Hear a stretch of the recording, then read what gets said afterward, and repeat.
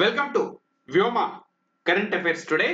So పాలిటీకి సంబంధించి ఎట్లా మనం అప్రోచ్ కావాలి, మాక్సిమం స్కోర్స్ ఈ పర్టికులర్ అంశంలో ఎలా సాధించాలి అన్న ఇష్యూస్ ని మనం ఈ క్లాస్ లో డిస్కస్ చేద్దాం.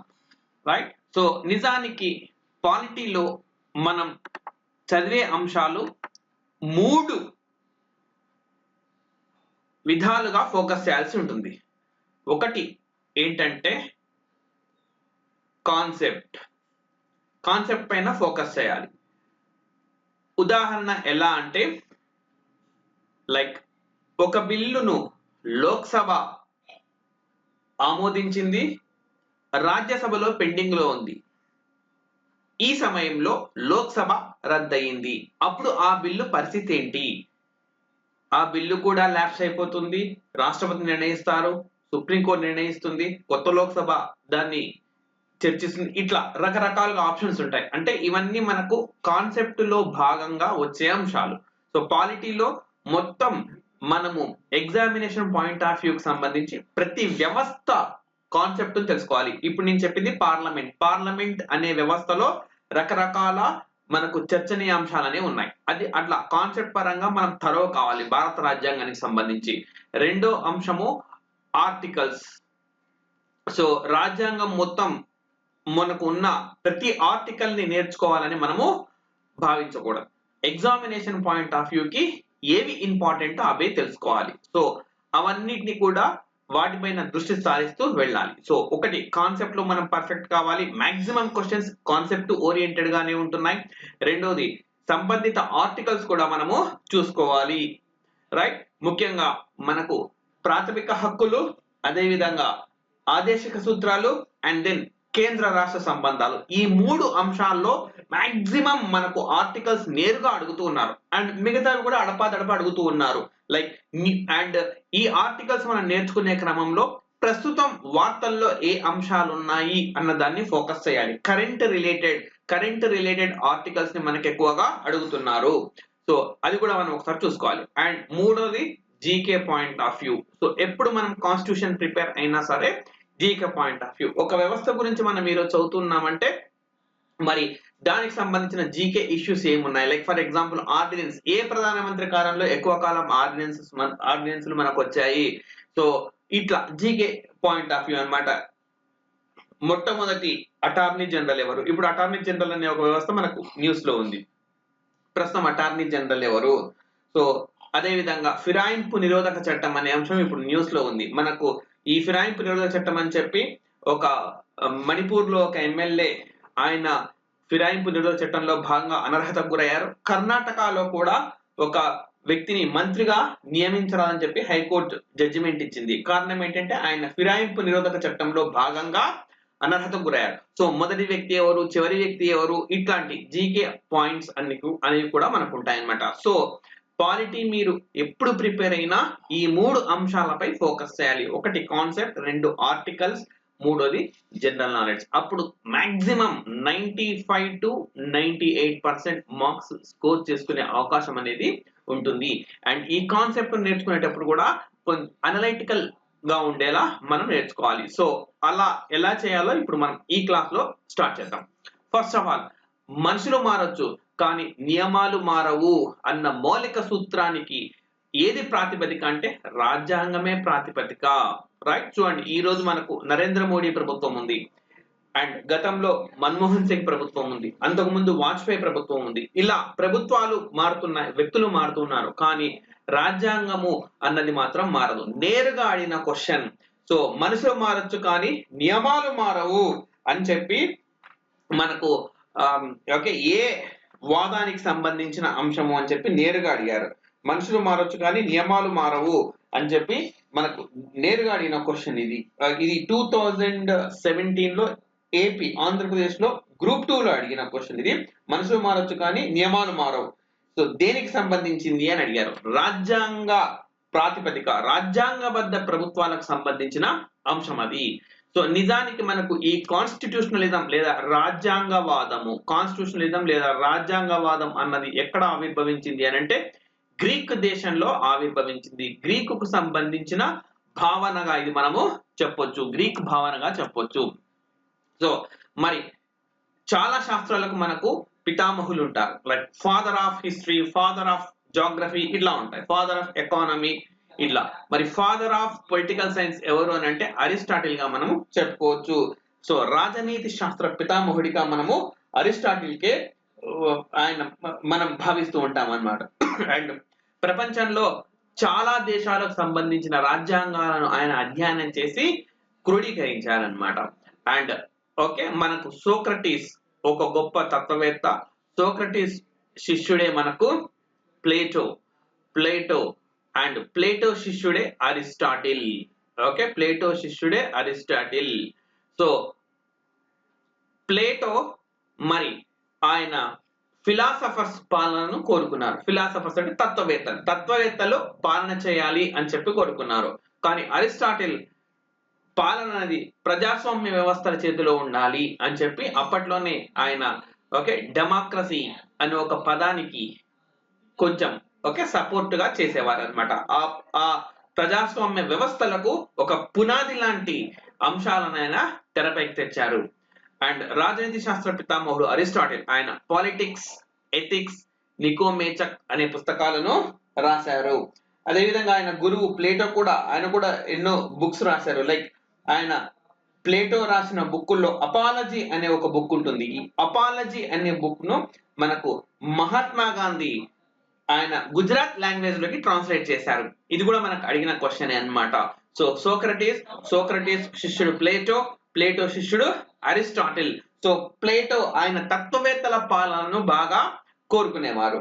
ఈ ప్లేటో మరి ఆయన రాసిన అనేక బుక్కుల్లో ది లాస్ అని చెప్పి, రిపబ్లిక్ అని చెప్పి బుక్స్ రాశారు ఆయన. అందులో మనకున్న మరొక బుక్ ఏంటంటే అపాలజీ. ఈ అపాలజీ బుక్ ను మహాత్మా గాంధీ గుజరాత్ లాంగ్వేజ్ లోకి ట్రాన్స్లేట్ చేశారు. అండ్ ఓకే, ఈ విధంగా మనకు రాజ్యాంగతావాదానికి గ్రీక్ తత్వవేత్తలు ఒక పునాది వేశారు.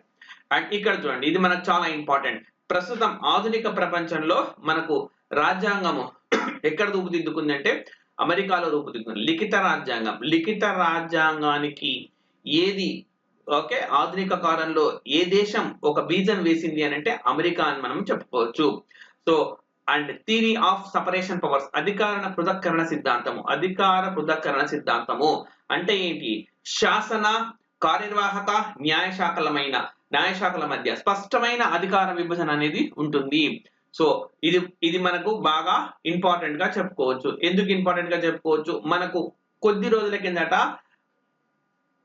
భారత ఉపరాష్ట్రపతి వెంకయ్య నాయుడు మాట్లాడుతూ ఏ వ్యవస్థ అయినా సరే తన పరిధిలోనే పని చేయాలి అని చెప్పి మరి ఆయన స్పష్టంగా పేర్కొన్నారు. రైట్? సో అంటే జ్యుడిషియల్ యాక్టివిజం, న్యాయ వ్యవస్థ క్రియాశీలత, న్యాయ వ్యవస్థ క్రియాశీలకంగా వ్యవహరిస్తూ ఉంది, అత్యంత క్రియాశీలకంగా మనకు న్యాయ వ్యవస్థ వ్యవహరిస్తూ ఉంది అని చెప్పి ఆ అర్థం ప్రతిధ్వనించేలా అని చెప్పారనమాట. సో శాసన వ్యవస్థ, కార్యనిర్వాహక వ్యవస్థ, న్యాయ వ్యవస్థ ఏవికవి కూడా వాటికి పరిమితులు ఉన్నాయి. అసలు రాజ్యాంగం అంటేనే ప్రభుత్వానికి అధికారం ఇచ్చేది కాదు, ప్రభుత్వ అధికారాన్ని నియంత్రించేది. రాజ్యాంగంలో రాసినట్టుగానే ప్రభుత్వం అనేది కొనసాగాలి, ఇష్టం వచ్చినట్టుగా చేస్తే కుదరదు. సో మరి రాజ్యాంగం ప్రభుత్వానికి అధికారాన్ని ఇస్తుందా లేదా ప్రభుత్వాన్ని నియంత్రిస్తుందా అంటే మనం చెప్పాల్సిన ఆన్సర్ ప్రభుత్వాన్ని నియంత్రిస్తుంది. ఏమి చేయాలో చెప్తుంది, ఏమి చేయకూడదో కూడా చెప్తుంది. సో ఆ విధంగా రాజ్యాంగం అనేది ప్రభుత్వాన్ని నిర్దేశించే ఒక మౌలిక శాసనంగా మనం చెప్పుకోవచ్చు. మరి శాసన వ్యవస్థ ఏం చేస్తుంది? శాసనాలను చేస్తుంది. శాసన వ్యవస్థ శాసనాలను చేస్తుంది. రైట్? అంటే లాస్ చేస్తుంది. భారతదేశం తీసుకుంటే మనకు పార్లమెంట్ ఈ రోల్ ను ప్లే చేస్తుంది మనకు. రైట్? సో అదే విధంగా కార్యనిర్వాహక వ్యవస్థ ఏం చేస్తుంది? శాసన వ్యవస్థ చేసిన చట్టాలను అమలు చేసే బాధ్యతను స్వీకరిస్తుంది. సో చట్టాల అమలు ఎవరి చేతిలో ఉంది అని అంటే కార్యనిర్వాహక వ్యవస్థ చేతిలో ఉంది. అదే విధంగా మరి శాసన వ్యవస్థ చేసే చట్టాలు అండ్ కార్యనిర్వాహక వ్యవస్థ అమలు చేసే తీరు అన్ని కూడా రాజ్యాంగబద్ధంగానే ఉండాలి.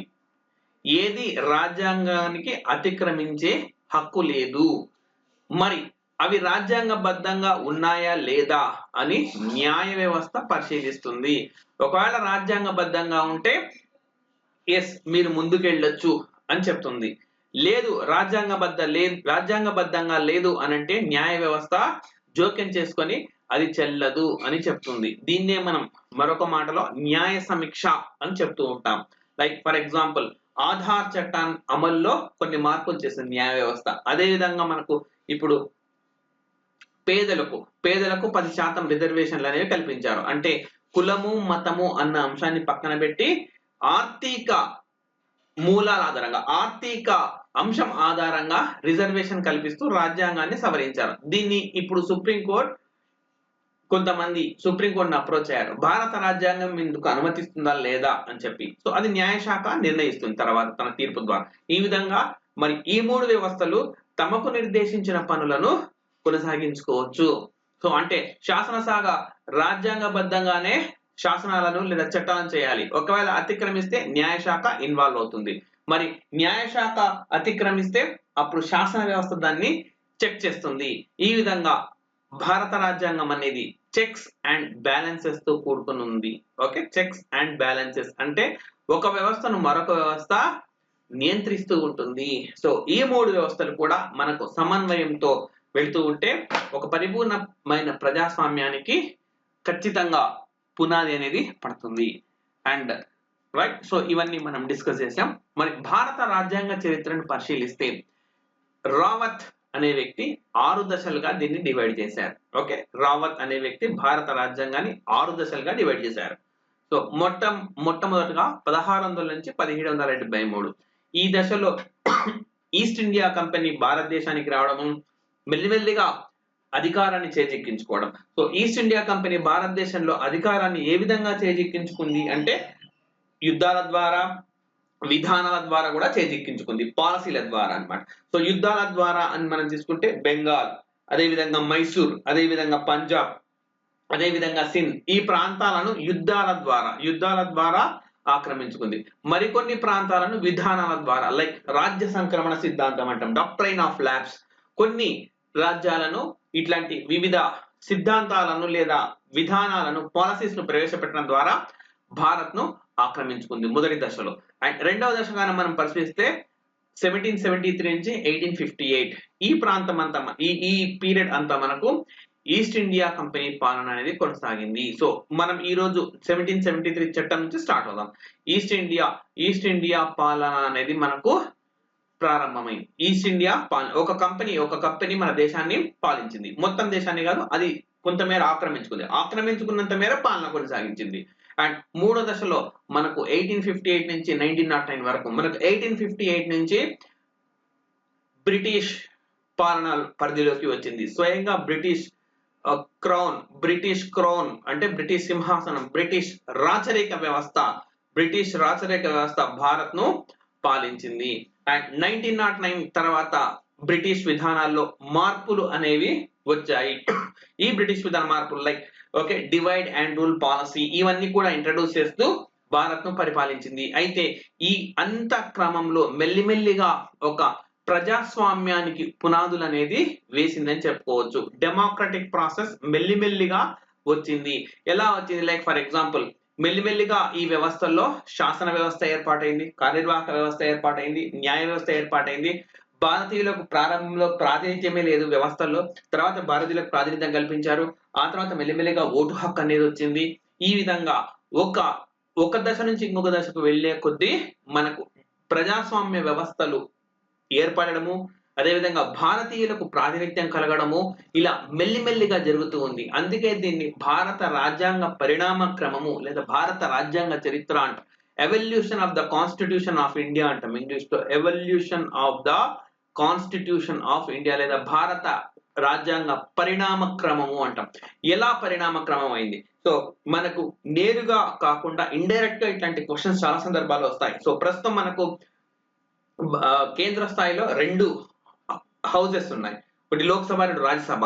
సో ఈ విధంగా శాసనసభలు మనకు ఎప్పుడు ఏర్పడ్డాయి లేదా శాసన కార్యనిర్వాహక వర్గాలకు సంబంధించి మొదటిసారిగా ఎప్పుడు వేరయ్యాయి, ఇట్లా మనకు క్వశ్చన్స్ అన్ని కూడా అడుగుతూ ఉంటారు. సో ఇక్కడ కాన్సెప్ట్స్ ఉంటాయి, జీకే పాయింట్స్ ఉంటాయి, అదేవిధంగా మనకు ఆర్టికల్స్ అనేవి ఇక్కడ మనకు ఈ పర్టికులర్ ఏరియాలో కనిపించవు. సో ఒక్కసారి మనం కొంచెం బ్రీఫ్ గా హిస్టరీ చూద్దాం. మనకు 1765లో అలహాబాద్ సంధి అనేది ఒకటి జరిగింది. సో అండ్ ఇది మెయిన్ మనకు హిస్టరీలో వచ్చే టాపిక్ చరిత్రలో. సో అప్పుడు బక్సర్ యుద్ధం అనంతరం మనకు ఈ అలహాబాద్ సంధి అనేది జరిగింది. అక్కడ కంబైన్డ్ ఫోర్సెస్ ని ఈస్ట్ ఇండియా కంపెనీ ఓడించింది. సో అండ్ బెంగాల్లో మొదటిసారిగా ఏం చేశారంటే 2 రకాల ప్రభుత్వాలను ఏర్పాటు చేశారు. ఒకటి నిజామత్ ప్రభుత్వము, 2 దీవానీ ప్రభుత్వము. ఓకే, దీవానీ ప్రభుత్వం. అప్పుడు బ్రిటిష్ ఏం చేసింది అంటే ఈస్ట్ ఇండియా కంపెనీ, బ్రిటిష్ అంటే ఈ దీవానీ ప్రభుత్వానికి బాధ్యత వహించింది. ఒక్క మాటలో చెప్పాలంటే దీవానీ ప్రభుత్వం చేతిలో ఏముంటుంది అని అంటే పన్నుల వ్యవస్థ దానికి వెళ్ళింది. నిజామత్ ప్రభుత్వం అంటే నాటి బెంగాల్ నవాబు వాళ్లకు పాలనా హక్కులు లభించాయి. సో విచిత్రం ఏంటంటే పాలన చేస్తున్న వాళ్లకు పన్నులు వేసి పన్నులు వసూలు చేసే హక్కు లేదు. పన్నులు వసూలు చేసి పన్నులు అనుభవిస్తూ ఉన్న వాళ్లకు పాలనాపరమైన బాధ్యత అనేది లేకుండా పోయింది. సో అప్పుడు ఎలా ఉంటుంది, ఇంకా కేవలం ఈ దీవానీ వ్యవస్థలో ఉండే వాళ్ళు సంపాదనే లక్ష్యంగా కొనసాగుతారు. పాలన చేసే వాళ్లకు ప్రజలకు జవాబుదారీగా ఉన్నారు. సో అట్లాంటి వ్యవస్థను ఒకదాన్ని తీసుకొని వచ్చారు. ఈ నేపథ్యంలో ఏం జరిగింది, విపరీతమైన అవినీతి. ఈస్ట్ ఇండియా కంపెనీ పెద్ద ఎత్తున అవినీతికి పాల్పడింది. ఏ స్థాయిలో అవినీతికి పాల్పడింది అని అంటే ఒకానొక సమయంలో బ్రిటిష్ దేశానికి చెందిన ఎందరో పొలిటీషియన్స్, రాజనీతికులు ఏం చెప్పారంటే ఏదో ఒక రోజు ఈస్ట్ ఇండియా కంపెనీ అనేది బ్రిటిష్ ను కూడా ఆక్రమిస్తుంది, పార్లమెంట్ ను కూడా డిక్టేట్ చేసే స్థాయికి వెళుతుంది, దీన్ని నియంత్రించాల్సిన అవసరం ఉంది అని చెప్పి వాళ్ళ అభిప్రాయం వ్యక్తం చేశారు. మనకు ఈ నేపథ్యంలోనే బర్గోయిన్ కమిటీ అనే ఒక కమిటీ ఏర్పాటైంది. బర్గోయిన్ కమిటీ ఇది రహస్య కమిటీ, ఇది సీక్రెట్ కమిటీ అంటాం దీన్ని. సీక్రెట్ కమిటీ, రహస్య కమిటీ ఇది, రైట్, సీక్రెట్ గా ఏర్పాటైంది. అండ్ ఈ కమిటీ కూడా ధృవీకరించింది, పెద్ద ఎత్తున అవినీతి జరుగుతుంది అన్న అంశాన్ని స్పష్టం చేసింది. అండ్ బర్గోయిన్ కమిటీ సూచన మేరకు ఈస్ట్ ఇండియా కంపెనీని నియంత్రించాలని చెప్పి బ్రిటిష్ పార్లమెంట్ నిర్ణయించింది. ఈస్ట్ ఇండియా కంపెనీని నియంత్రించాలి. సో నియంత్రించాలి అన్న ఉద్దేశంతో మనకు 1773లో మొదటిసారిగా వచ్చిన చట్టాన్ని ఏమంటున్నామంటే రెగ్యులేటింగ్ యాక్ట్. సో ఇది ఈస్ట్ ఇండియా కంపెనీ చేస్తున్న అవినీతిని నియంత్రించే ఉద్దేశంతో తీసుకొచ్చింది కాబట్టి రెగ్యులేటింగ్ చట్టము అంటాం. రెగ్యులేటింగ్ అంటే ఇంగ్లీష్ లో నియంత్రణ, రెగ్యులేటింగ్. సో రెగ్యులేట్ చేయాలని చెప్పి నిర్ణయించారు. సో ఈ విధంగా భారత రాజ్యాంగానికి సంబంధించి మొట్టమొదటి చట్టంగా మనం దీన్ని చెప్పుకోవచ్చు. ఎందుకు అనంటే ఇంతకు ముందు భారతదేశం, ఈ చట్టానికి ముందంతా భారతదేశం ఎప్పుడు కూడా ఇలా పార్లమెంటరీ తరహా వ్యవస్థలను కలిగి ఉండలేదు, రాచరిక వ్యవస్థలోనే కొనసాగింది. సో ఇంతకుముందు నేను చెప్పాను, అధికారాలన్నీ ఇప్పుడు విభజించున్నాయి. కొన్ని శాసనాధికారాలు పార్లమెంట్ కు, కార్యనిర్వాహక అధికారాలు మరి కార్యనిర్వాహక వ్యవస్థకు, ప్రధానమంత్రి నేతృత్వంలో ఉండే మంత్రి మండలికి, న్యాయాధికారాలు న్యాయ వ్యవస్థకు అప్పగించారు. కానీ ఒకప్పుడు మాత్రం ఈ పాత్రలన్నీ రాజే చూసుకునేవాడు. సో ఆయన చెప్పిందే శాసనం, ఆయన అమలు చేయమన్న తీరుగానే అమలు చేయాలి. అండ్ ఆయనే తుది న్యాయమూర్తిగా ఉండేవాడు. సో అల్టిమేట్ జ్యుడిషియల్ ఆఫీసర్ గా ఉండేవాడు. అన్ని సందర్భాల్లో అలా ఉండాలని ఏం లేదు. డెమోక్రటిక్ గా రాజులు వ్యవహరించినప్పుడు మంచిగానే మనకు జరిగింది. సో ఈ విధంగా 3 వ్యవస్థలు ఒకరి చేతిలోనే ఉండేవి. ఆ వ్యక్తి మంచివాడైతే ప్రజలకు మేలు జరిగేది, లేదంటే ఇబ్బందులకు గురయ్యేవాడు. కానీ భారతదేశంలో మాత్రం మెల్లిమెల్లిగా ఈ తరహా ప్రజాస్వామ్య వ్యవస్థలు అనేవి వచ్చాయి. అవి బ్రిటిష్ కాలంలో నుంచే మనం చూడొచ్చు. సో ఇక్కడ మనం ఏం అధ్యయనం చేయాలి అంటే విశ్లేషణాత్మకంగా చదువుకుంటూ వెళ్ళాలి. ఈ చట్టాలు ఒకదాని తర్వాత ఒక ప్రొవిజన్ చదువుకుంటూ వెళ్ళడం కాదు. ఇప్పుడు తాజాగా ఉన్న వ్యవస్థలకు వాటిని ఏ విధంగా లింక్ చేయాలి అని మనం చదువుకుంటూ వెళ్తే ఆల్ క్వశ్చన్స్ కి ఆన్సర్ చేయగలం. సో అవి ఒకసారి చూద్దాం. సో రాజ్యాంగ రచనలో భాగంగా మనకు వచ్చిన తొలి చట్టం ఏది అంటే రెగ్యులేటింగ్ యాక్ట్. దీన్ని లార్డ్ నార్త్ చట్టం అని కూడా పేర్కొంటారు. కారణం ఏంటి అంటే నాటి బ్రిటిష్ ప్రధాని లార్డ్ నార్త్, ఆయనే దీన్ని ఆ దేశ పార్లమెంట్ లో ప్రవేశపెట్టారు కాబట్టి దీన్ని లార్డ్ నార్త్ చట్టము అని కూడా చెప్తారు. సో ఈ చట్టం ఏం చేసింది అంటే బెంగాల్ గవర్నర్ ను గవర్నర్ జనరల్ ఆఫ్ బెంగాల్ గా మారుస్తూ అధికార పరిధిని పెంచారు.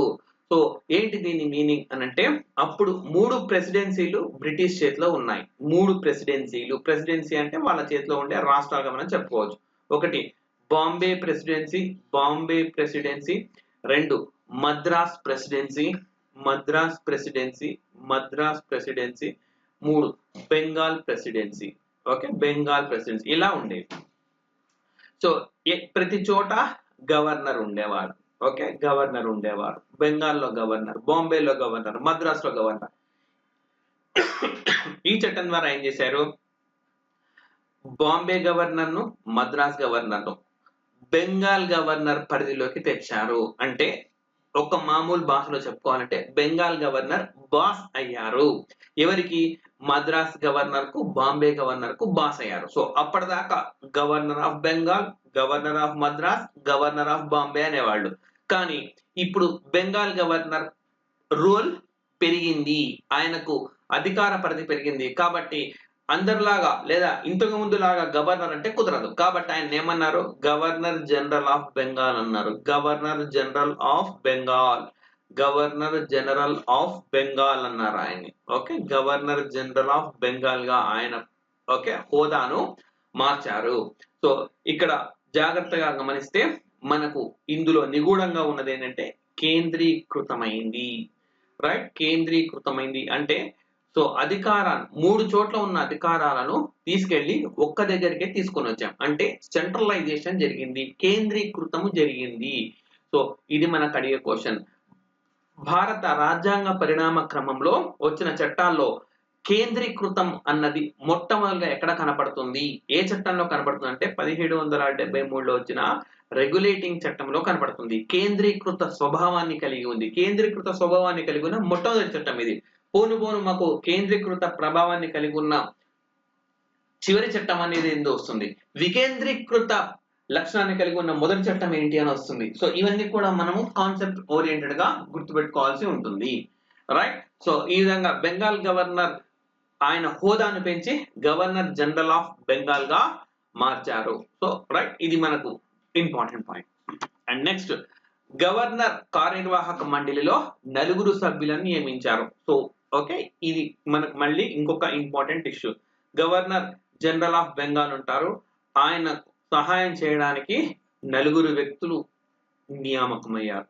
సో దీన్ని ఏమంటాం, గవర్నర్ కార్యనిర్వాహక మండలి అంటాం. కార్యనిర్వాహక మండలి అంటే ఆల్రెడీ చెప్పాను, ఎవరైనా చట్టాలు చేస్తే శాసన వ్యవస్థ చేసే చట్టాలను ఏం చేస్తుంది, ఇది అమలు చేస్తుంది. కార్యనిర్వాహక మండలి అని చెప్పారు దీన్ని. కార్యనిర్వాహక మండలి 4 సభ్యులు. రైట్, సో ఈ 4 సభ్యులు చెప్పినట్టుగా గవర్నర్ జనరల్ వినాలి. మరి ఇప్పుడున్న వ్యవస్థకి దీన్ని కోరిలేట్ చేద్దాం. ఇప్పుడు మనకు రాజ్యాధినేత ఎవరు, రాష్ట్రపతి. రాజ్యాధినేత ప్రస్తుతం మనకు రాష్ట్రపతి. సో రాష్ట్రపతికి సహాయం చేయడానికి మీరు రాజ్యాంగం సో ఎట్లాగో ఫర్దర్ క్లాసెస్ లో మనం డిస్కస్ చేస్తాం. మరి ప్రస్తుతం భారత రాష్ట్రపతికి తన విధులను పార్లమెంట్ వ్యవస్థ ఆమోదించిన చట్టాలను అమలు చేయడం కోసము ఆయన సహాయం చేయడానికి ఒక మంత్రి మండలి అనేది ఉంటుంది. రైట్, సో రాష్ట్రపతికి సహాయం చేయడానికి ప్రధానమంత్రి నేతృత్వంలో ఒక మంత్రి మండలి ఉంటుంది అని చెప్పి ప్రస్తుతం రాజ్యాంగంలో మనకు ఉంది. ఆర్టికల్ 74, 75లో ఉంటుంది ఈ విషయం. రైట్, సో అంటే రాష్ట్రపతికి సహాయం చేయడానికి మంత్రి మండలి అనేది ఉంది. ఓకే, ఎంతమంది మంత్రులు ఉన్నారని సంబంధం లేదు. అప్పుడు చూడండి, గవర్నర్ జనరల్ సహాయం చేయడానికి 4 సభ్యుల కార్యనిర్వాహక మండలి ఉంది. అంటే ఇప్పుడున్న మనకు రాష్ట్రపతికి సహాయం చేయడానికి మంత్రి మండలి అన్న వ్యవస్థకు పునాదిగా ఉన్న చట్టం ఏది అని అంటే 1773 నాటి రెగ్యులేటింగ్ చట్టం. సో 2 అంశాలు ఇప్పటి వరకు మనకు వచ్చాయి. ఒక అంశం ఏంటి, కేంద్రీకృతం అంశం, సెంట్రలైజేషన్. మొట్టమొదటిసారిగా కేంద్రీకృతము అన్న అంశానికి పునాది వేసిన చట్టము రెగ్యులేటింగ్ చట్టము. నెక్స్ట్, ప్రస్తుతం ఉన్న రాష్ట్రపతికి సహాయం చేయడానికి మరొక కార్యనిర్వాహక మండలి ఉంటుంది అని చెప్పిన మొట్టమొదటి చట్టం ఏది, ఆ స్వభావం ఉండే అంశం మనకి ఏ చట్టంలో కనబడుతుంది అంటే 1773 రెగ్యులేటింగ్ చట్టంలో కనబడుతూ ఉంది. రైట్, సో ఇది కూడా మనకు చాలా ఇంపార్టెంట్ ఫీచర్. మరి అప్పుడు నియామకమైన 4 ఎవరు అని అంటే క్లావరింగ్, బార్వెల్, ఫిలిప్ ఫ్రాన్సిస్, మాన్సన్, వీళ్ళ 4.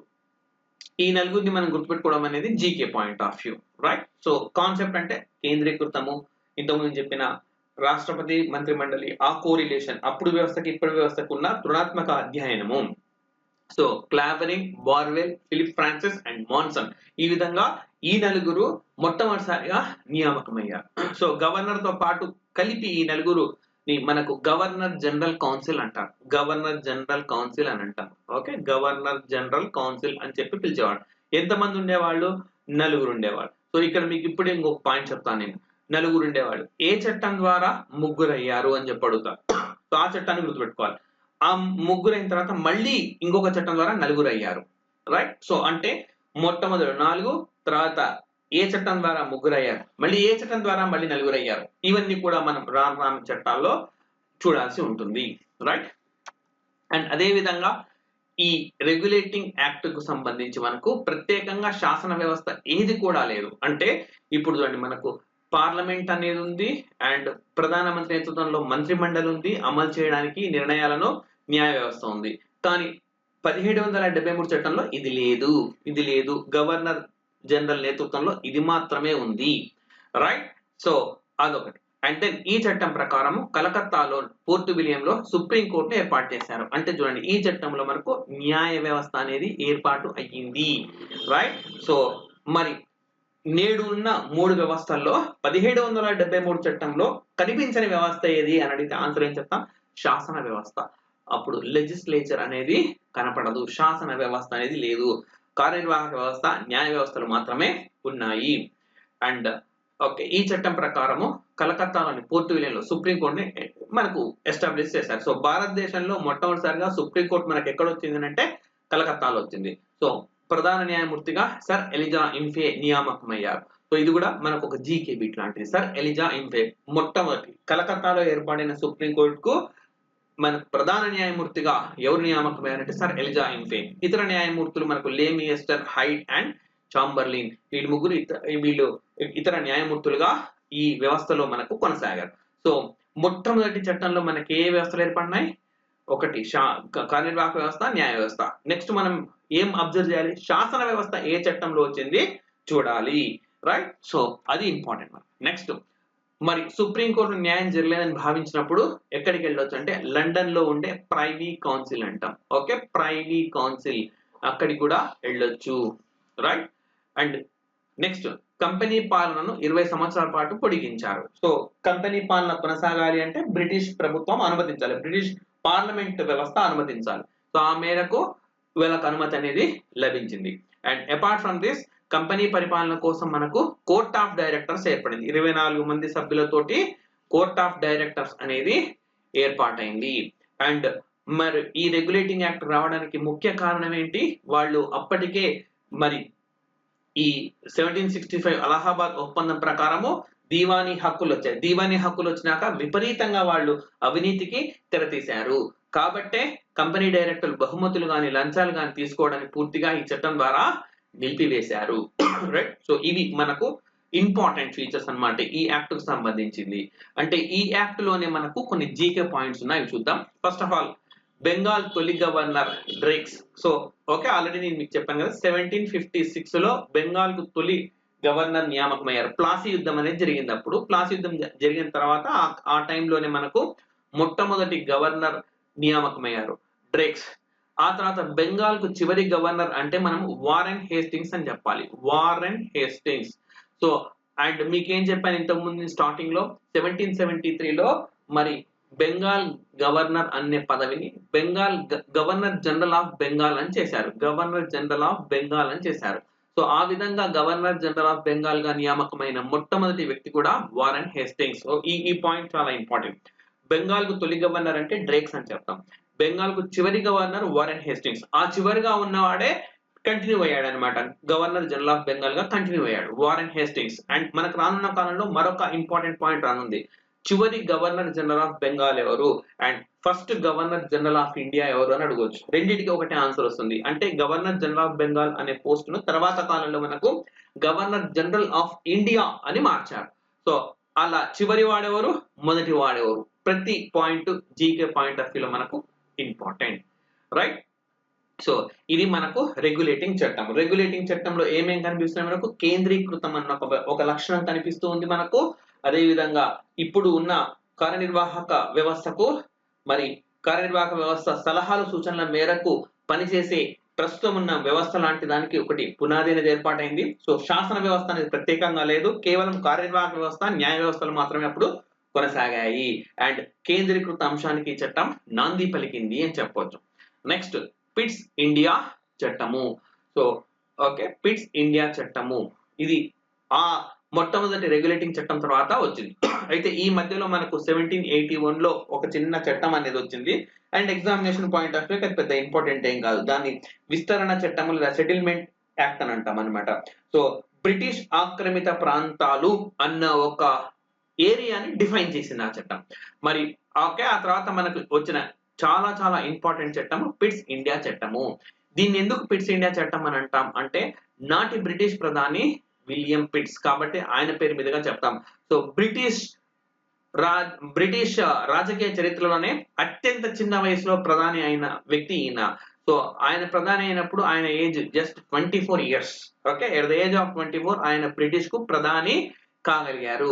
అత్యంత పిన్న వయస్కుడు. ఈ రోజుకు కూడా బ్రిటిష్ లో అత్యంత చిన్న వయసులో ప్రధాని అయిన వ్యక్తి విలియం పిట్స్. సో ఇది కూడా ఒక జీకే బిట్ మనకు. మరి ఈ చట్టం మనకు 1784 లో వచ్చింది. అండ్ ఓకే, ఇది ఆల్రెడీ చెప్పాను ఆయన పేరు మీదుగా. సో ఇక్కడ చూడండి, కార్యనిర్వాహక శాఖ సభ్యుల సంఖ్య 4 నుంచి 3 తగ్గించారు. ఆల్రెడీ నేను మీకు చెప్పాను, మనకు రెగ్యులేటింగ్ చట్టంలో 4 గవర్నర్ జనరల్ కు సహాయం చేయడానికి ఉన్నారు. ఆ తర్వాత వాళ్ళది సంఖ్య 3కు వచ్చేసింది. ఆ తర్వాత వాళ్ళ సంఖ్య మళ్ళీ 4కు పెరిగింది. ఏ చట్టం ద్వారా మొదటిసారిగా 4 అయ్యారు అంటే రెగ్యులేటింగ్ చట్టం. ఏ చట్టం ద్వారా 3 అయ్యారంటే పిట్స్ ఇండియా చట్టం. అండ్ 4 అవుతారో అదే చట్టం మళ్ళీ చూద్దాం. సో ఇప్పుడు మాత్రమే మనకు 3 మాత్రమే. సో కార్యనిర్వాహక శాఖ సభ్యుల సంఖ్య 4 నుంచి 3కు తగ్గించారు. అండ్ అదే విధంగా ఈ చట్టానికి పూర్వం కంపెనీ వ్యాపార రాజకీయ కార్యకలాపాలను కోర్ట్ ఆఫ్ డైరెక్టర్స్ చూసుకునేది.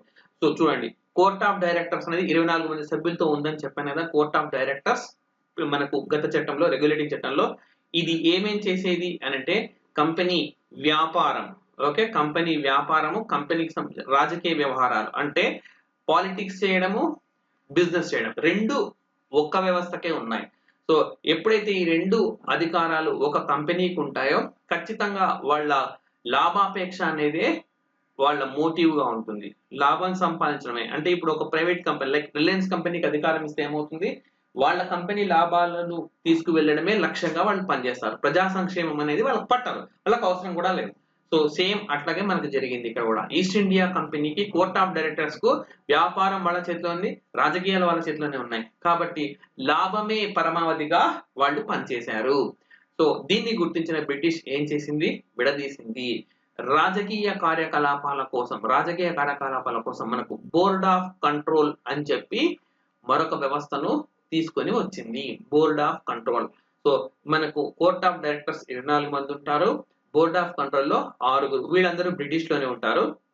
మరి కోర్ట్ ఆఫ్ డైరెక్టర్స్ ఈ ఈస్ట్ ఇండియా కంపెనీని ఏం చేశారు, వ్యాపారానికి ఏమాత్రం పర్మిట్ చేశారు. నువ్వు బిజినెస్ చేసుకుంటావు కదా, బిజినెస్ మాత్రమే చేసుకో, పాలిటిక్స్ నీకెందుకు అని చెప్పి చెప్పారనమాట. ఈ విధంగా మరి అడుగుతారు 2 వ్యవస్థలు మనకు ఎప్పుడు ఏర్పడ్డాయి అని చెప్పి, రైట్. ఒకటి వ్యాపారం కోసం, ఒకటి రాజకీయం కోసం. అంటే పిట్స్ ఇండియా చట్టము అని మనము చెప్పాల్సి ఉంటుంది. ఓకే, పిట్స్ ఇండియా చట్టంలో మనకు ఈ తరహా అంశం అనేది కనిపిస్తుంది, రైట్. సో ఇది కూడా మనం ఇంపార్టెంట్ గా చెప్పుకోవచ్చు. అండ్ దెన్ ఆ తర్వాత మనకు చార్టర్ చట్టాలు అనేవి వచ్చాయి. సో చార్టర్ అంటే ఒప్పందము అని అర్థం. ఓకే, చార్టర్ అంటే మీనింగ్ ఏంటి అంటే ఒప్పందము. సో ఇక్కడ మనకు చార్టర్ చట్టాలు అంటున్నామంటే ఒప్పందానికి సంబంధించిన చట్టాలు అంటున్నాం. ఎవరి మధ్య ఒప్పందము, ఓకే, బ్రిటిష్ ప్రభుత్వము అండ్ దెన్ ఆ తర్వాత మనకు ఈస్ట్ ఇండియా కంపెనీ. ఈ రెండిటి మధ్య, ఈ 2 వ్యవస్థల మధ్య కుదిరిన ఒప్పందమే, ఆ ఒప్పందం మేరకు వచ్చిన చట్టాలే చార్టర్ చట్టాలు. మొత్తం ఎన్ని వచ్చాయి చార్టర్ చట్టాలు అంటే 4 వచ్చాయి. మనకు క్లియర్ గా కనబడుతున్నాయి. 1793, 1813, 1833, 1853. ఇక్కడ మీరు జాగ్రత్తగా చూస్తే ప్రతి 2 చట్టాల మధ్య 20 years అనేది గ్యాప్ ఉంటుంది. +20 +20 వేసుకుంటూ వెళ్తే మీకు వస్తుంది ఒక సిరీస్ ఇది. మీరు పెద్దగా బట్టి పట్టాల్సిన అవసరం ఏమీ లేదు. +20 +20 +20 +20 అని వస్తుంది. సో ఇక్కడ +20 ఇక్కడ +20 ఇక్కడ +20 ఇక్కడ 4ది లేదు ఇంకా, రైట్. సో మరి ఈ 1853 తర్వాత ఎందుకు రాలేదు అని అంటే 1858లో మరి ఈ ఈస్ట్ ఇండియా కంపెనీ పాలన అంతమై బ్రిటిష్ రాజు పాలన అనేది మనకు రాజరిక వ్యవస్థ, బ్రిటిష్ రాజరిక వ్యవస్థలోకి భారత్ అనేది వెళ్ళింది. ఎందుకు అలా వెళ్ళింది 1858లో అంటే 1857లో మనకు పెద్ద ఉద్యమం అనేది వచ్చింది. సిపాయి ముట్టిని, ఓకే, సిపాయి తిరుగుబాటు అనేది వచ్చింది. కాబట్టి క్వశ్చన్ చూడండి అడుగుతారు, అన్నిటికంటే తక్కువ కాలం అమల్లో ఉన్న చార్టర్ చట్టం ఏది అంటారు? 1853, రైట్. ఎందుకంటే ప్రతి చార్టర్ చట్టం ఇది 20 సంవత్సరాల అమల్లో ఉంది. 1793 చట్టం, 1813 చట్టం కూడా 20 సంవత్సరాల అమల్లో ఉంది. 1833 చట్టం 20 సంవత్సరాల అమల్లో ఉంది. కానీ 1853లో వచ్చిన చార్టర్ చట్టం మాత్రము 1858 నుంచి లేదు. అంటే అతి తక్కువ కాలం అమల్లో ఉన్న చార్టర్ చట్టం ఏది, ఈ క్రింది వానిలో ఏది అని అడుగుతారు. 1853 చార్టర్ చట్టము. చార్టర్ అంటే ఒప్పందము, రైట్. సో మరి ఈ 1793 అండ్ 1813 అనేవి మనకు మెయిన్ గా హిస్టరీకి సంబంధించిన, హిస్టరీ టాపిక్ కు సంబంధించిన అంశాలు ఎక్కువగా ఉంటాయి రాదర్ దెన్ పాలిటీ. మనము భారత రాజ్యాంగ పరిణామ క్రమం చదువుతున్నప్పుడు ప్రస్తుతం ఉన్న వ్యవస్థలకు అప్పుడు ఏమన్నా ఉన్నాయా లేదా అన్నది ఆ కోణం మాత్రమే చూసుకుంటూ వెళ్తాం, రైట్. నౌ 1793 చార్టర్ చట్టం ఈస్ట్ ఇండియా పాలనను ఇంకొక 20 years పొడిగించారు. సో ఇది ప్రతి దాంట్లో కామన్ గా ఉంటుంది, ఓకే, ప్రతి దాంట్లో కామన్ పాయింట్ ఇది. సో ఈ చట్టం ద్వారా మున్సిపాలిటీలకు చట్టబద్ధత కల్పించారు, రైట్. సో ఇంపార్టెంట్ పాయింట్ ఇది కూడా మనకు భారతదేశంలో బ్రిటిష్ వాళ్ళు మొట్టమొదటిసారిగా మున్సిపాలిటీని చెన్నైలో ఏర్పాటు చేశారు. అంతకున్న మున్సిపాలిటీ కంటే పెద్ద వ్యవస్థలను కూడా మనకు భీమునిపట్నం, ఓకే, ఆంధ్రప్రదేశ్ లో భీమునిపట్నంలో ఏర్పాటు చేశారు అప్పటికి వాళ్ళు. సో అయితే ఈ పన్నులు పెరుగుతాయన్న ఉద్దేశంతో ప్రజలు వ్యతిరేకిస్తూ వచ్చారు. కానీ ఈ చట్టం ద్వారా మున్సిపాలిటీలకు చట్టబద్ధత కల్పించారు. ఇప్పుడు కూడా మనకు మున్సిపాలిటీలు అనేవి ఉన్నాయి. సో 74వ రాజ్యాంగ సవరణ ద్వారా నగరపాలికను ప్రవేశపెట్టారు. ఇవి ఇప్పుడు రాజ్యాంగబద్ధ సంస్థలే. సో వీటికి పునాది ఎక్కడ మనకు వచ్చింది అని అంటే 1793వ చట్టంలో. నెక్స్ట్, కౌన్సిల్ నిర్ణయాలను గవర్నర్ తిరస్కరించే అవకాశం ఈ చట్టం ద్వారా కల్పించారు. చాలా ఇంపార్టెంట్ పాయింట్ ఇది. సో విశ్లేషణాత్మకంగా అడగదగ్గ పాయింట్ ఇది. చాలా మంది ఆస్పిరెంట్స్ దీన్ని ఇగ్నోర్ చేస్తూ ఉంటారు. నేను మీకేం చెప్పాను, మొట్టమొదలు నలుగురు సహాయం చేయడానికి, గవర్నర్ జనరల్ కు సహాయం చేయడానికి నలుగురు ఒక వ్యక్తులు నియమించారని చెప్పాను. వీళ్ళు చెప్పినట్టుగా వీళ్ళ సలహా మేరకు, వీళ్ళ సూచనల మేరకు ఆయన పనిచేస్తారు. సో ఇప్పుడు కూడా అంతే, మంత్రిమండలి సలహాలు, మంత్రిమండలి సూచనల మేరకు రాష్ట్రపతి పనిచేస్తారు. ఆ తర్వాత మనకు తెలిసిందే పిట్స్ ఇండియా చట్టం ద్వారా వీళ్ళ సంఖ్య 3కు తగ్గించారు. సో ఇక్కడ ఏం చెప్తున్నాడు, కౌన్సిల్ నిర్ణయాలు అంటే ఈ ముగ్గురు నిర్ణయాలను గవర్నర్ తిరస్కరించవచ్చు అంటే ఏంటి, గవర్నర్ కు వీటో అధికారం ఇక్కడ వచ్చింది. సో వీటో అధికారం, సో ఒక నిర్ణయాన్ని నేను అమలు చేయను అని చెప్పడాన్ని మనం వీటో అధికారం అని అంటాం. సో మరి ఇప్పుడున్న రాష్ట్రపతికి వీటో అధికారం ఉందా అంటే కొన్ని సందర్భాల్లో వీటో అధికారం ఉంది, అన్ని సందర్భాల్లో లేదు, రైట్. సో చాలా పరిమితమైన వీటో అధికారం ఉంది. మనం రాష్ట్రపతి క్లాసెస్ కూడా మీకు చెప్తాను, అప్పుడు మీకు క్లియర్ గా వీటో అంటే ఏంటి, మనకు పాకెట్ వీటో అంటే ఏంటి, సస్పెన్సివ్ వీటో అంటే ఏంటి, అబ్సల్యూట్ వీటో అంటే ఏంటి, ఏ రకమైన వీటోలు రాష్ట్రపతి కలిగి ఉంటారు, 44వ రాజ్యాంగ సవరణ ద్వారా రాష్ట్రపతికి వచ్చిన వీటో అధికారం ఏంటి, ఇవన్నీ కూడా క్లియర్ గా డిస్కస్ చేద్దాం. సో మరి అయితే వీటో అనే అధికారానికి భారత రాజ్యాంగ పరిణామ క్రమంలో ఏ చట్టంలో మొదటిసారిగా ప్రస్తావన ఉందనుకోవచ్చు అని చెప్పి ఒక అనలిటికల్ గా ఇక్కడ అడిగే అవకాశం ఉంది. 1793 చార్టర్ చట్టంలో మనకు వీటో స్వభావం ఉన్న ఒక చట్టం అనేది కనిపిస్తుంది, రైట్. సో ఈ విధంగా మనకు ఈ చట్టం అనేది ఇంపార్టెంట్ ఇష్యూగా చెప్పవచ్చు. సో ఓకే, అదేవిధంగా ఆస్పిరెంట్స్ కి ఈ ఓకే ఇప్పుడు ఇది పాలిటీ టాపిక్, కానీ ఓకే కరెంట్ అఫైర్స్ ని చాలా కాంప్రహెన్సివ్ గా వ్యోమ అందిస్తూ ఉంది. సో మనకు త్వరలో నోటిఫికేషన్స్ రానున్నాయి. సో జూలై టు డిసెంబర్ ఈ 6 నెలల కరెంట్ అఫైర్స్ మీకు ఓకే 199 రూపీస్కే వ్యోమ అందిస్తూ ఉంది, 199 రూపీస్కే. సో జూలై, ఆగస్ట్, సెప్టెంబర్ ఇవి మీకు ఒక మంత్లీ మొత్తం కరెంట్ అఫైర్స్, దాదాపుగా ప్రతి మంత్ కి సంబంధించి 9 వీడియోస్ ఉంటాయి. అవన్నీ ఆల్రెడీ అప్లోడ్ అయిపోయాయి. July, August, September. అక్టోబర్ నుంచి మాత్రం ప్రతిరోజు అప్లోడ్ చేసుకుంటూ వస్తున్నాం. ఓకే, ప్రతి every day, October 1st, 2nd, 3rd, 4th, 5th అట్లా ప్రతి డే ఎక్సెప్ట్ సండేస్ ప్రతిరోజు అప్లోడ్ చేసుకుంటూ వచ్చేసాము. అండ్ నవంబర్ లో కూడా ఇప్పటికే 30 రోజుల కరెంట్ అఫైర్స్ అయిపోయాయి. డిసెంబర్ 2 కరెంట్ అఫైర్స్ కూడా అప్లోడ్ చేసేసాం, right. And December 3 current affairs మరికొద్ది సేపట్లోనే అప్లోడ్ చేయబోతున్నాం. సో ఈ విధంగా మరి ఆస్పిరెంట్స్ అందరూ కూడా ఈ అవకాశాన్ని వినియోగించుకోవాలని కోరుతున్నాం. మీరు యాప్ని డౌన్లోడ్ చేసుకొని ఆ కరెంట్ అఫైర్స్ క్లాసెస్ ని వినొచ్చు, రైట్. సో ఇప్పుడు మనం టాపిక్ లోకి వెళ్ళిపోదాం. 1813 చార్టర్ చట్టం, ఇది కూడా మనకు హిస్టరీకి సంబంధించిన ఇంపార్టెన్స్ ఉంది. మన పాలిటీలో మన పెద్దగా అంశాలు లేవు దీంట్లో. సో ఏంటంటే ఈస్ట్ ఇండియా కంపెనీ యొక్క పాలనకు గుత్తాధిపత్యం ముగిసింది. అంటే ఇప్పటి వరకు బ్రిటిష్ నుంచి కేవలం ఈస్ట్ ఇండియా కంపెనీ మాత్రమే వచ్చి పాలన అనేది కొనసాగించాలి. కానీ ఇప్పుడు ఆ గుత్తాధిపత్యానికి చెల్లుచీటి పాడారు. సో ఎవరైనా సరే వెళ్ళి వ్యాపారం చేసుకోవచ్చు. బ్రిటిష్ నుంచి ఎవరైనా సరే వ్యాపారం చేసుకోవచ్చు. ఇప్పటి వరకు ఎవరు వ్యాపారం చేశారు? ఒక ఈస్ట్ ఇండియా కంపెనీ మాత్రమే, ఒక కంపెనీనే పరిపాలన చేసింది. అండ్ అదేవిధంగా స్థానిక పరిపాలనా సంస్థల్లో పన్నులు విధించే అధికారాన్ని కల్పించారు. ఇది మనకు బాగా ఇంపార్టెంట్. ఇప్పుడు కూడా మనకు స్థానిక సంస్థలు పన్నులు విధించే అధికారానికి సంబంధించి కొన్ని ట్యాక్సెస్ ఉన్నాయన్నమాట. సో స్థానిక సంస్థలకు మనకు పంచాయతీలు అయితే ఎన్ని అధికారాలు ఉన్నాయి? 29 అధికారాలు ఉన్నాయి. మున్సిపాలిటీలకు ఎన్ని అధికారాలు ఉన్నాయి? 18 అధికారాలు ఉన్నాయి. సో ఇట్లా అందులో పన్నులు కల్పించే అధికారాలు ఏంటి? ఇవన్నిటికి పునాది ఎక్కడుంది అని అంటే మనకు 1813 చార్టర్ చట్టంలో ఉంది, రైట్. సో నెక్స్ట్ 20 years తర్వాత మనకు ఆటోమేటిక్ ఏమవుతుంది? 1833 చార్టర్ చట్టం అనేది వస్తుంది. సో ఇప్పుడు ఒకసారి మనం ఒక గ్రాఫికల్ రిప్రజెంటేషన్ చూద్దాం. సో మొట్టమొదలుగా గవర్నర్ ఆఫ్ బెంగాల్ అని ఉన్నారు. సో డ్రేక్స్, మొట్టమొదటి వ్యక్తి ఎవరు? Drakes, right. అండ్ దెన్ ఆ తర్వాత మనకి పొజిషన్ ఏమైంది? గవర్నర్ జనరల్ ఆఫ్ బెంగాల్ అయింది. ఇప్పుడు మనకు హేస్టింగ్స్ అనే వ్యక్తి వచ్చాడు. సో గవర్నర్ ఆఫ్ బెంగాల్ చివరి వ్యక్తి ఈయనే, గవర్నర్ జనరల్ ఆఫ్ బెంగాల్ తొలి వ్యక్తి కూడా ఈయననే, హేస్టింగ్స్. ఆ తర్వాత మనకు 1833 చట్టంలో ఏమైంది? గవర్నర్ జనరల్ ఆఫ్ ఇండియా అని చెప్పారనమాట. సో భారతదేశంలో ఉండే అన్ని బ్రిటిష్ పొజిషన్స్ కు మరి ఈయనను హెడ్ గా చేశారు. కాబట్టి ఏమైంది? ఈ position governor general of Bengal గా కాకుండా గవర్నర్ జనరల్ ఆఫ్ ఇండియా అయింది.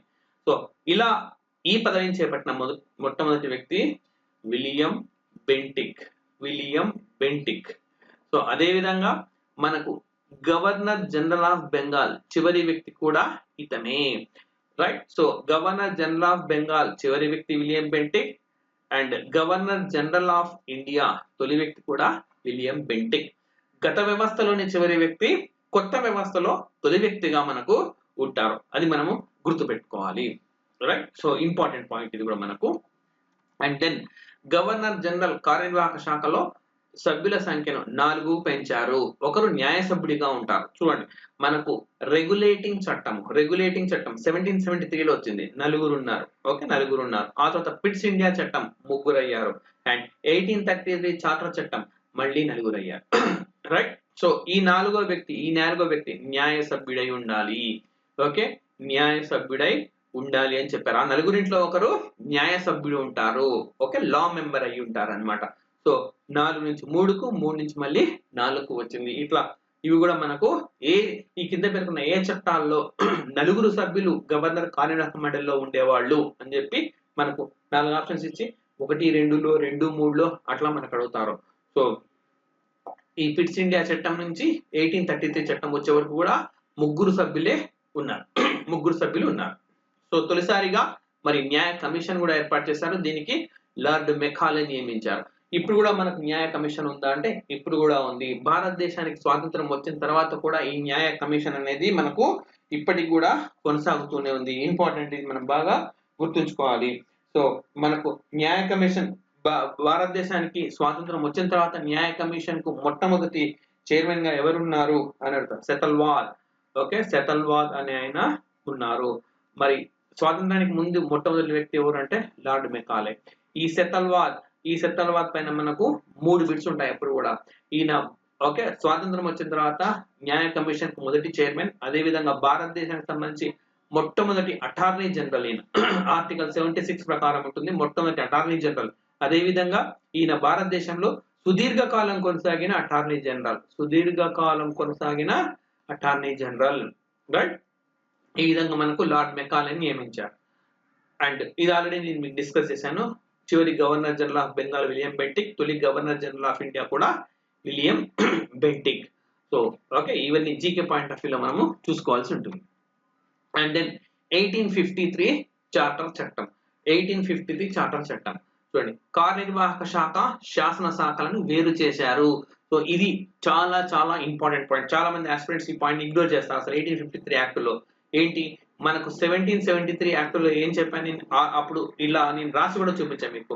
శాసన వ్యవస్థ అనేది లేదు, కార్యనిర్వాహక వ్యవస్థ, న్యాయ వ్యవస్థను కూడా, ఈ రెండు వ్యవస్థలు అనేవి ఉన్నాయి. అప్పుడు మన కలకత్తాలో సుప్రీంకోర్టు ఏర్పడింది. సర్ ఎలిజా ఇంఫే మొదటి న్యాయమూర్తి కూడా చెప్పాను. కార్యనిర్వాహక వ్యవస్థ గవర్నర్ జనరల్ నేతృత్వంలో మనకు ఒక కార్యనిర్వాహక వ్యవస్థ 4 సభ్యులతో ఉండింది ఆ రోజు, కానీ శాసన వ్యవస్థ లేదు. మొట్టమొదటిసారిగా మనకి శాసన వ్యవస్థ 1853లో ఏర్పాటైంది. ఏం చేశారు, కార్యనిర్వాహక శాఖ నుంచి శాసన శాఖను వేరు చేశారు. కాబట్టి దీన్ని ఎలా అడుగుతారు, అప్పట్లో దీన్ని మినీ పార్లమెంట్ అనేవాళ్ళు. చాలా చిన్న సైజులో ఉండింది కాబట్టి మినీ పార్లమెంట్ అనేవాళ్ళు. సో భారతదేశంలో మినీ పార్లమెంట్ అనేది ఏ చట్టం ద్వారా ఏర్పాటైంది, భారత రాజ్యాంగ ప్రణామ క్రమంలో అంటే 1853 చట్టం ద్వారా ఏర్పాటైంది. లేదా భారత రాజ్యాంగ వ్యవస్థలో మొట్టమొదటిసారిగా ఏ చట్టం ద్వారా కార్యనిర్వాహక శాఖ శాసనశాఖను వేరు చేశారు, executive and legislative. Executive and legislative ఈ రెండు వ్యవస్థలను మొదటిసారిగా ఎప్పుడు వేరు చేశారు అంటే 1853 చార్టర్ చట్టం ద్వారా వేరు చేశారు. అండ్ ఇక్కడ ఏర్పడిన శాసనశాఖను మనం కేంద్ర శాసనసభగా వ్యవహరిస్తారు. రైట్. అండ్ శాసన శాఖకు కార్యనిర్వాహక శాఖ జవాబుదారీగా చేశారు. ఇప్పుడు ఉందా అంటే ఇప్పుడు కూడా ఉంది. అందుకే చూడండి, ఇప్పుడు మంత్రి మండలిని పార్లమెంట్ లో ప్రశ్నిస్తారు. సో మొత్తం విపక్ష సభ్యులందరూ మా ప్రశ్నలకు సమాధానం చెప్పండి, మా అనుమానాలను నివృత్తి చేయండి. వ్యవసాయ చట్టాలను మీరు తీసుకొని వచ్చారు, ఏంటి వ్యవసాయ చట్టాలు, ఇవి రైతులకు ఏమాత్రం మేల్చేయం ప్రశ్నిస్తారు. మరి మంత్రి మండలికి సమాధానం చెప్పాల్సిన అవసరం ఉంది. లేదంటే ఏం చేస్తారు, బిల్లు ఆమోదం అనేది తెలపరు, బిల్లు వీగిపోయేలా చేస్తారు. సో అదే మెజారిటీ ఇష్యూస్ అనేవి ఉంటాయి. సో ఈ విధంగా శాసన శాఖకు కార్యనిర్వాహక శాఖ జవాబుదారీగా ఇప్పుడు ఉంది. దీనికి పునాది మనకు 1853లో వచ్చింది. రైట్. సో ఇంపార్టెంట్ పాయింట్ అన్నమాట, ఇది కూడా మనము గుర్తుంచుకోవాలి. సో అండ్ ఇది ఈస్ట్ ఇండియా కంపెనీ పాలన కాలంలో వచ్చిన చట్టాలు, ముఖ్యమైన ప్రొవిజన్స్. అండ్ ఓకే, మనం నెక్స్ట్ క్లాస్ లో ఏం చేద్దామంటే బ్రిటిష్ క్రౌన్ లేదా బ్రిటిష్ రాచరిక పాలనకి భారత్ వెళ్ళింది. అది సిపాయి తిరుగుబాటు అనంతరం. ఆ కాలంలో మనకు వచ్చిన చట్టాల్లో ఇప్పుడున్న అంశాలకు సంబంధించి ఎన్నో అంశాలు మనకు చూడొచ్చు. లైక్ ఆర్డినెన్స్ కూడా అదే టైంలో మనకు వచ్చింది.